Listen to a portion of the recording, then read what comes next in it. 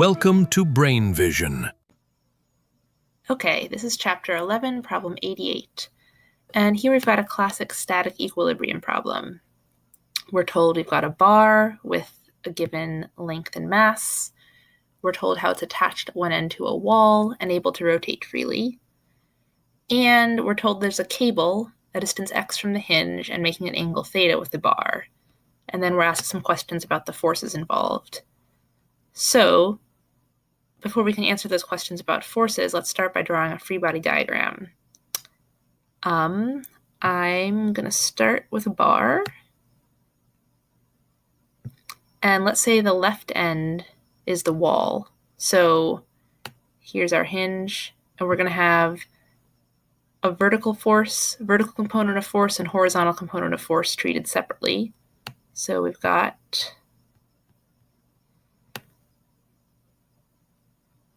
let's just call this V, and our horizontal component H.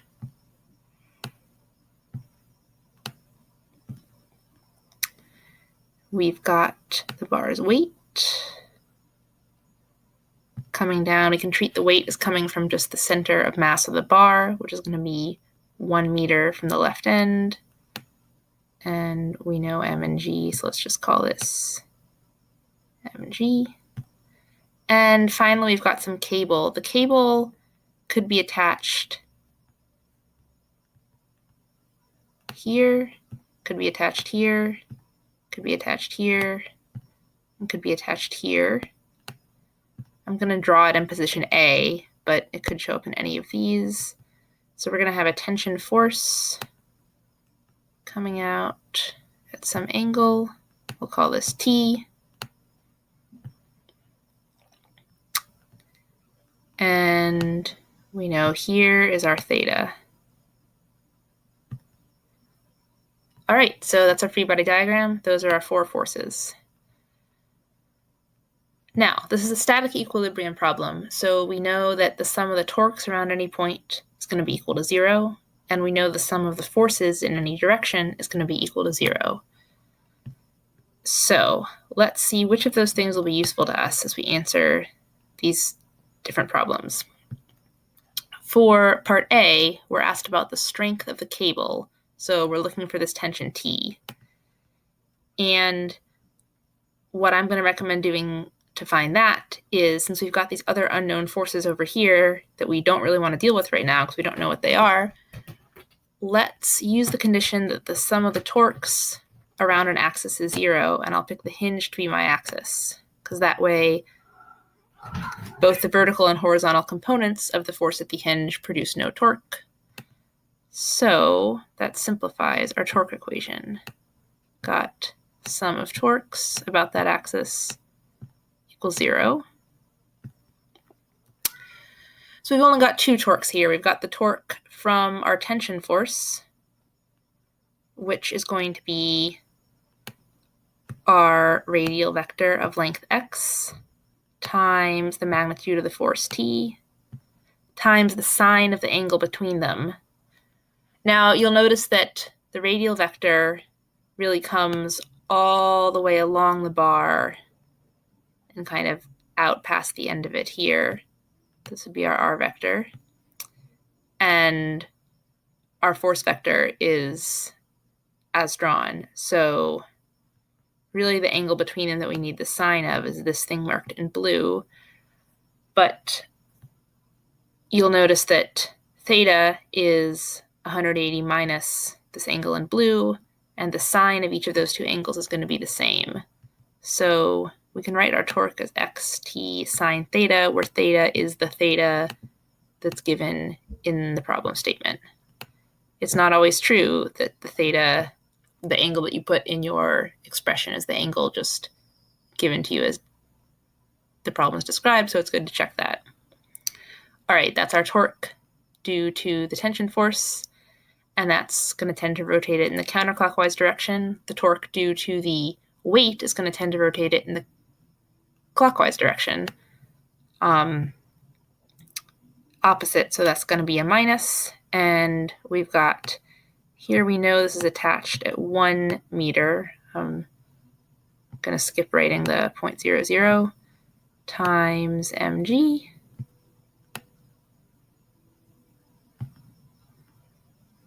And this is equal to 0, this whole quantity, so I can just set these terms equal to each other. And we can rearrange and solve for T. Retention is equal to 1 meter times 8.5 kilograms. Whoops, sorry about that.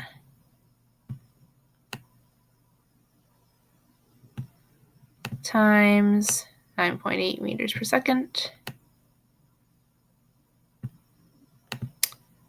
per second squared. And that's going to be the same for all of our configurations A, B, C, D given in the table in the problem.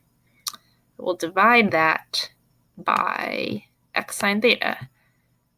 And so now we've got an expression for the tension, and all we have to do is plug in our values of x and theta.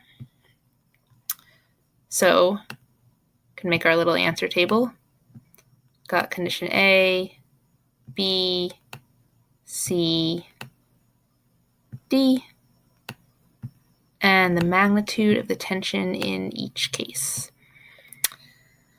You can plug in the numbers and do the math. What you end up getting is, with tension in newtons, and we're only asked what's biggest and smallest, so I'm going to just round the nearest newton.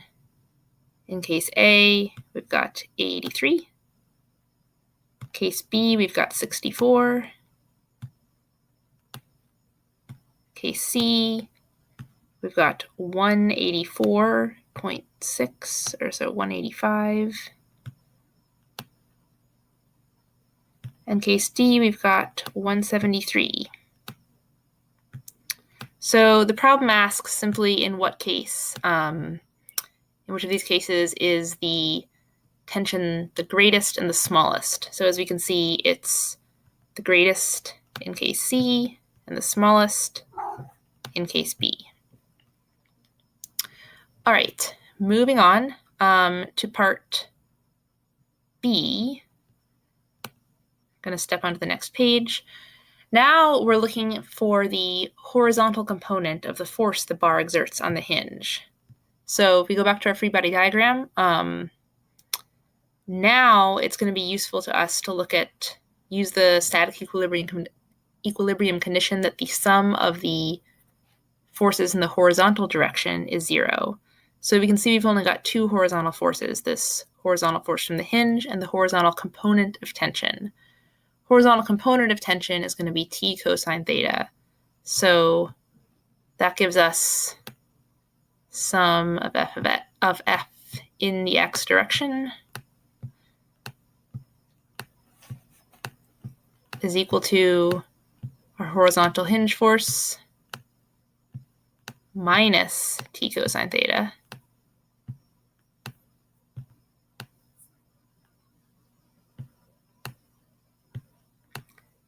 And that's equal to 0.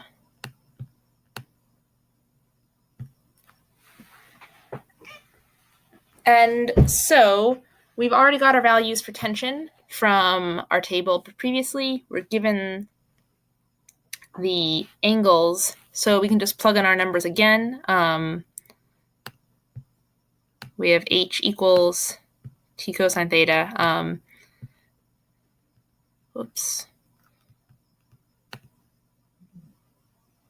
Let's erase that. Anyway, yeah, plug in your values of tension and another cosine theta, or if you want, you can go back to just our original expression for tension. If you notice, you multiply that by cosine theta, you end up with T equals 1 meter times 8.5 kilograms times 9.8 meters per second squared over x tan theta. In any case, what you get is case A. Can make our table again. B, C, D. Now, got H in newtons. And again, we'll round because we're just looking for biggest and smallest. So in case A, you end up with 72 newtons. Case B, only 32 newtons. Case C, 147. And case D, 45.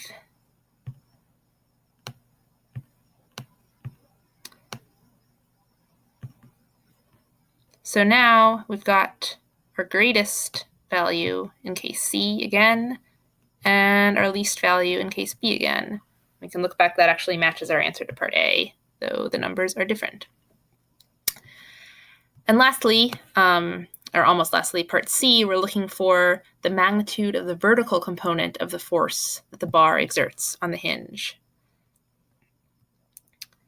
So now, as you might guess, we're going to use our last static equilibrium condition. The sum of the forces in the y direction equals 0.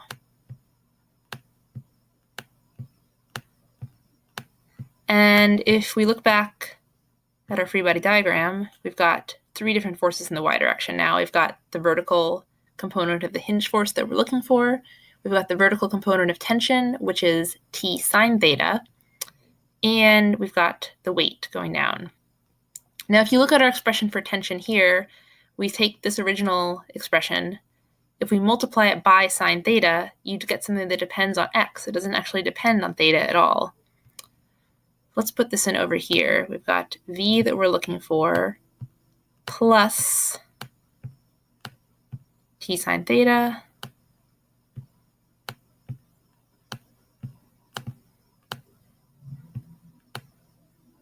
and minus mg is equal to 0.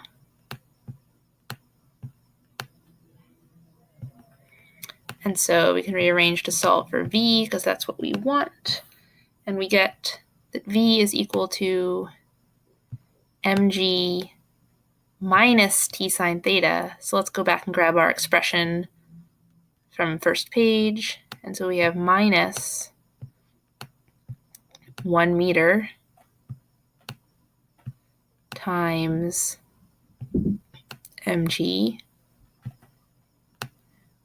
divided by x. And so you'll notice, and this is what the hint is getting at in the problem, that this expression is only going to be positive if this term on the right is less than mg, that is, if x is greater than 1 meter.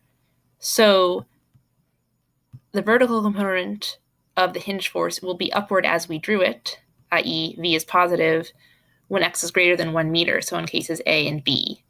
In cases C and D, we're actually going to, if we plug in x here, we're going to get a negative value for v, which just means the force has the same magnitude as the absolute value of that negative value, but it's actually pointing in the downward direction. And that's fine. We originally drawing the free body diagram, we just guessed that the vertical force is pointing up because its actual direction is going to depend on the relative magnitude of the weight and the vertical component of tension. So let's again solve for these magnitudes in all our cases. A, B, C, D.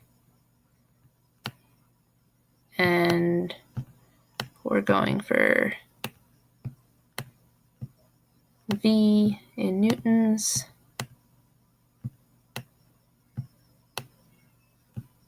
And we've got A, 42.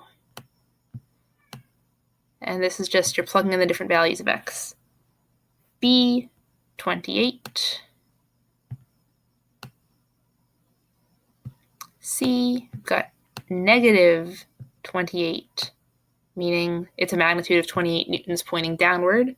And D, we've got negative 83, so a magnitude of 83 newtons pointed downward. And we're asked to compare the magnitudes. So largest is D, and smallest, we've got a tie for C and B.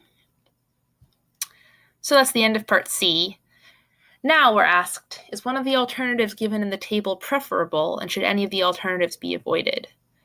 Well, larger forces are more prone to destroy the equipment that you're working with, so basically everything with the smaller forces is going to be preferable.